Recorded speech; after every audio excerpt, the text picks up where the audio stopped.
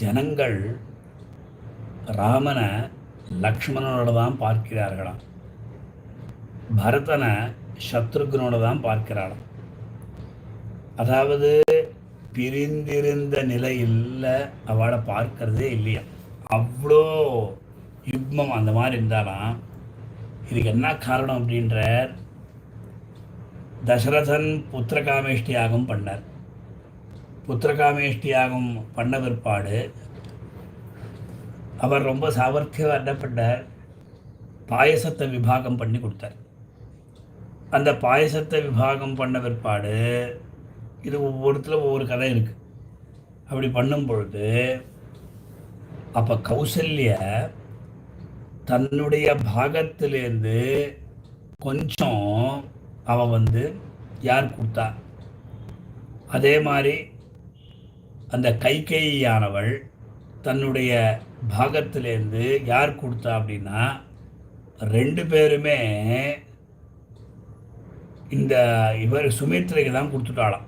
இது ஒரு இது சொல்கிறா, கௌசல்யா தத்த சருசம்பவோ லக்ஷ்மண கௌசல்யா புத்திர கட்டிதா கைகேயி தத்த சருசம்பவ சத்ருக்னः கைகேயி புத்திர கட்டிதா இது நிகூடாபிப்பிராயः. லக்ஷ்மணோ ராமச்சந்திரேண சத்ருக்னோ பரதேன ச துவந்த்வீபூய சரந்தௌ தௌ பாயசாம்சானுசாரதா. அத்தியாத்ம ராமாயணம் சொல்கிறது எவ்வளோ சூக்ஷ்மமாக சொல்கிறா. இப்போ கௌசல்ய கொடுத்த அந்த சரு அந்த பாயசத்தினால சுமித்ரைக்கு லக்ஷ்மணனானவன் ஏற்பட்டான், பிறந்தான்.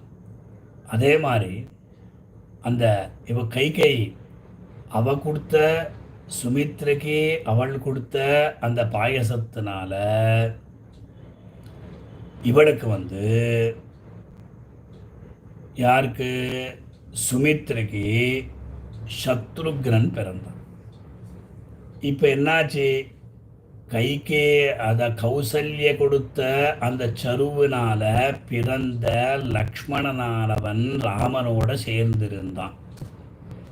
கைகேயை கொடுத்த அந்த சரு பாயசத்தினால பிறந்த சத்ருக்னன், சுமித்ரா புத்திரன் சத்ருக்னன் பரத கைகேயி புத்திரனாக இருக்கக்கூடிய பரதனோட சேர்ந்திருக்கிறார்கள் அப்படின்னு சொல்லி அத்தியாத்ம ராமாயணம் சொல்கிறது.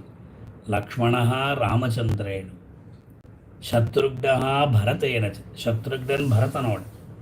ஆனால் துவந்த்வீபூய சரந்தௌ ரெண்டு பேரும் ஒன்றாகவே இருக்கிறாளே, என்னடா காரணம் அப்படின்னா பாயச அம்ச அனுசாரதா.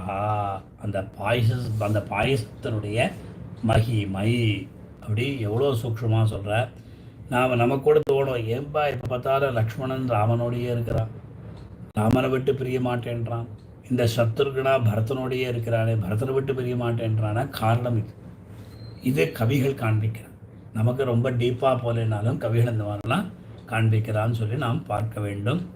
4 பேர் பிறந்தா, ராமன், லக்ஷ்மணன், பரதன், சத்ருக்னன் அப்படி 4 பேர்.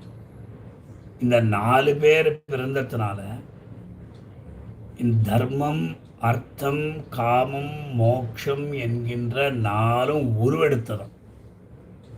அந்த பொருள், அதாவது அறம், பொருள், இன்பம், வீடு, தர்மம், அர்த்தம், காமம், மோக்ஷம், இது அவதாரா இவ ஒரு பிறப்பு போல விளங்கியது அப்படின்னு சொல்லி காளிதாசன்.